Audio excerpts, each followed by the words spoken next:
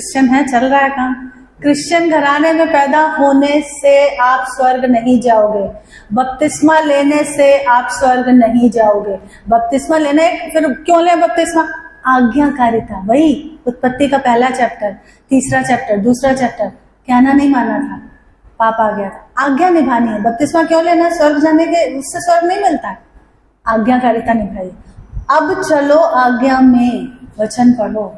आज कौन सी डेट है? आज 4 है, 4 तारीख है, निकालिए, सब खोलिए नीति वचन 4, पढ़ो, आवाज आ नहीं रही। सबसे अधिक अपने मन की रक्षा कर, पड़ोसी के कामों की रक्षा मत कर, चर्च के दूसरे बिलीवर के कामों को मत सिखा। क्या कर? दूसरों को मत सिखा, ऐसा नहीं लिखा सबसे अधिक दूसरों को सिखा। सबसे अधिक अपने मन की रक्षा कर। क्यों कर? क्योंकि जीवन का मूल स्रोत वही है। शैतान के दूत यहाँ बैठ के यहाँ फुसफुसाते हैं। अगर आप आत्मिक रूप से अलर्ट नहीं होगे तो, अगर वचन अंदर नहीं होगा तो, यीशु की तरह वचन अंदर होगा तो दुत्कार दोगे उसको वचन से, हट, मनुष्य केवल रोटी से जीवित नहीं रहेगा, प्रभु के मुख से निकलने वाले हर एक वचन से जीवित रहेगा। कह रहा था ना, पत्थर को रोटी बना दे। तुम्हारे कमजोर क्षणों में, मुश्किल क्षणों में तुमको निराशा का दाना डालने सबसे पहले शैतान के दूत आते हैं। यहाँ बैठेंगे आप उस पर, इसलिए लिखा है, इस वचन की गहराई को तो समझो, ये यूं ही नहीं लिखा है। क्यों लिखा है? सबसे अधिक अपने मन की रक्षा कर, क्योंकि जीवन का मूल स्रोत वही है। क्योंकि तुम्हारा मन, तुम्हारे एक्शन, तुम्हारे शब्दों को प्रभावित करता है। जो मन में उठेगा वही तुम फिर एक्ट करोगे, वही कुड़कुड़ा बुड़बुड़ा के बोल भी दोगे। और वो मन तो नहीं, लेकिन जैसे ही बोला, जो एक्ट किया, पकड़ लेगा, उसको पकड़ता है। ये पूरी धरती शैतान के कब्जे में है, पता है ना हमको। सोचो, हम और आप इतने साधारण, इतने बेसिक लोग, कोई व्यभिचार का पाप कर रहा था, कोई दारू पीने का पाप कर रहा था, कोई झूठ बोलने का पाप कर रहा था, कोई मूर्ति पूजा का पाप कर रहा था, कोई षड्यंत्र रचने का पाप कर रहा था। डोंट वरी, हम सब कर रहे थे भैया, कोई धर्मी यहाँ नहीं बैठा, हम सब पापी ही थे। मैं तो लड़ाई झगड़ा करने का पाप कर रही थी। मैं तो सोचती थी कि ये दुनिया इतनी टेढ़ी है कि ईंट का जवाब पत्थर से नहीं दोगे तो ये तुमको जीने नहीं देंगे। मेरी लाइफ का मैंने सिद्धांत बनाया था बचपन से कि अगर तुमने ईंट का जवाब पत्थर से नहीं दिया तो तुम्हें जीने नहीं देंगे।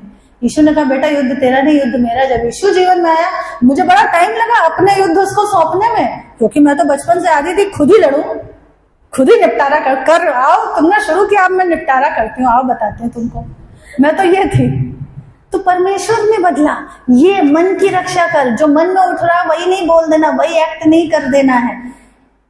रौनक ने एक बार बताया था कि उसके एरिया में, उसी की लाइन में एक तांत्रिक रहता है, और उसने कहा था वो सुबह से उठ के जोर जोर से अपने तंत्र मंत्र बोलना शुरू कर देता है।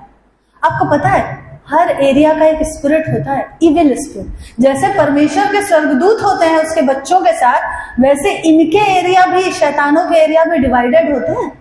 हर एरिया का एक इविल स्पिरिट होता है। तो जेबी रोड का एक इविल स्पिरिट है, भवानी रोड का, क्योंकि वहां वो तांत्रिक रहता है, वो बोलता है। और वो क्या करते हैं फिर, जो इसलिए वहां के लोगों को मसीह में बड़ा बलवंत हो। देखो, सिंस बिगनिंग हम लोग वहां के लोगों का चाल चलन देख रहे हैं। जो सो कॉल्ड मसीह थे, वो कैसे थे? वो अपनी ही अभिलाषाओं में फंसे हुए, कुछ बैकस्लाइड हुए, कुछ गिर गए, कुछ कर तो यीशु का टैग लगा के काम कर रहे हैं, पर कर नहीं रहे एक्चुअली वो काम यीशु का।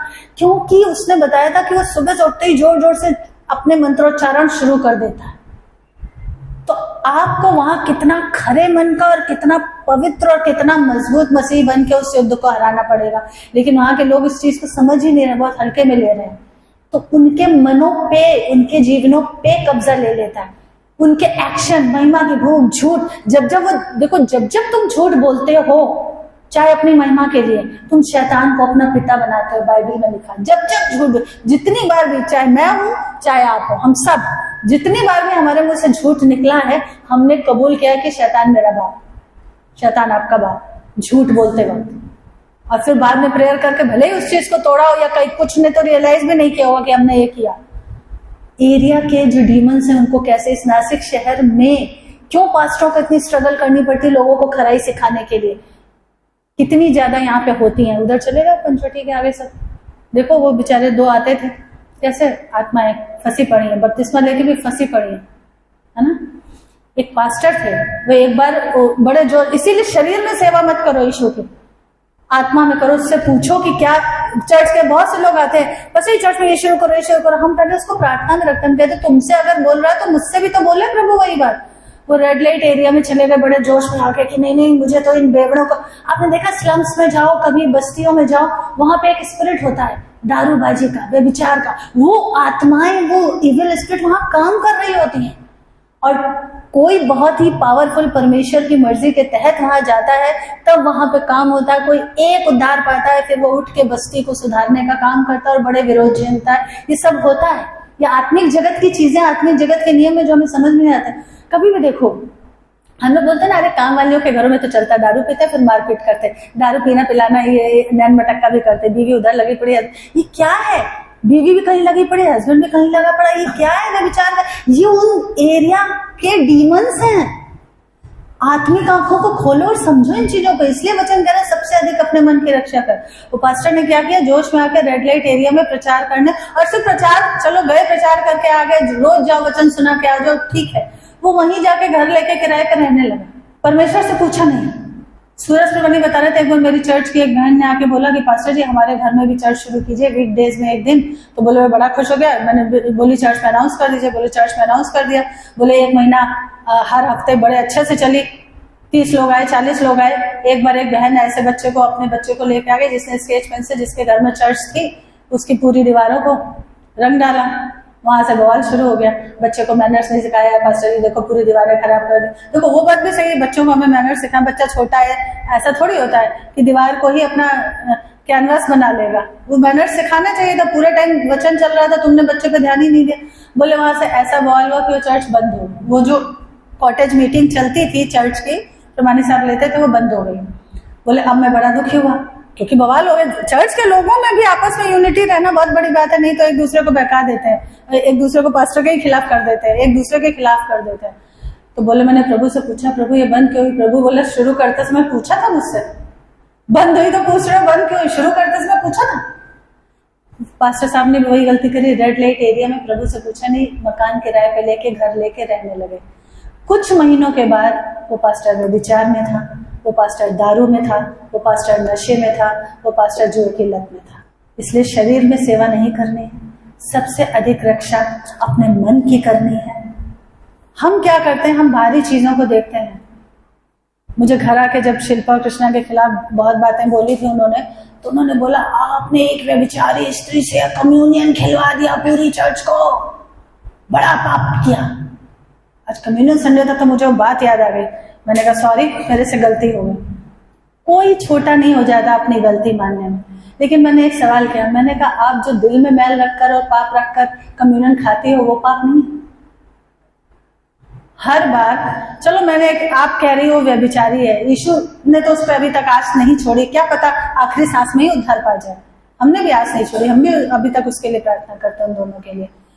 लेकिन मैंने कहा आप जो मन में मैल रख के हर बार कम्युनियन खा लेते हो वो पाप नहीं?